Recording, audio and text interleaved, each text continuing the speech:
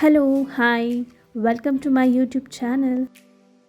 ಮೊಟ್ಟೆನ ಬಳಸ್ಕೊಂಡು ಕ್ವಿಕ್ಕಾಗಿ ಒಂದು ಸೈಡ್ ಡಿಶ್ ಹೇಗೆ ಮಾಡೋದು ಅಂತ ನೋಡ್ಕೊಂಡು ಬರೋಣ. ಇದಕ್ಕೆ ನಾನು ಒಂದು 5ರಿಂದ 6 ಮೊಟ್ಟೆನ ಬೇಯಿಸ್ಕೊಳ್ತಾ ಇದ್ದೀನಿ.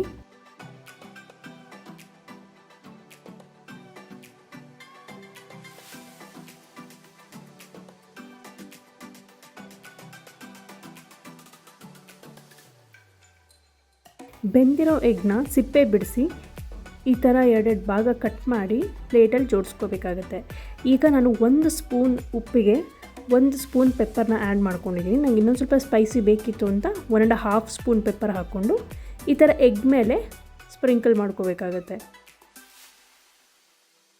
ಸೊ ಈಗ ಹೆಂಚು ಕಾಯಕ್ಕೆ ಇಡ್ದೇನೆ ಅದಕ್ಕೆ ಸ್ವಲ್ಪ ಎಣ್ಣೆ ಸವರ್ಕೊಂಡು ನೋಡಿ ಈ ರೀತಿ ಮೊಟ್ಟೆನ ಜೋಡಿಸ್ಕೊಬೇಕು.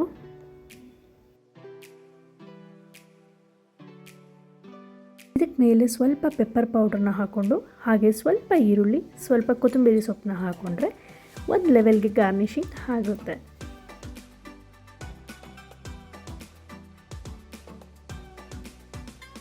ತುಂಬ ಬ್ಯೂಟಿಫುಲ್ಲಾಗಿ ಕಾಣಿಸ್ತಾ ಇದೆ ನೋಡಿ. ಇದು ಮಾಡೋದಕ್ಕೂ ಸಿಂಪಲ್ಲು, ಕ್ವಿಕ್ಕಾಗೂ ಆಗುತ್ತೆ. ಇದನ್ನು ಭಾರಿ ಏನು ಬೇಯಿಸಂಗಿಲ್ಲ, 1-2 ನಿಮಿಷ ಮೀಡಿಯಮ್ ಫ್ಲೇಮಲ್ಲಿಟ್ಟರೆ ರೆಡಿ ಆಗೋಗುತ್ತೆ.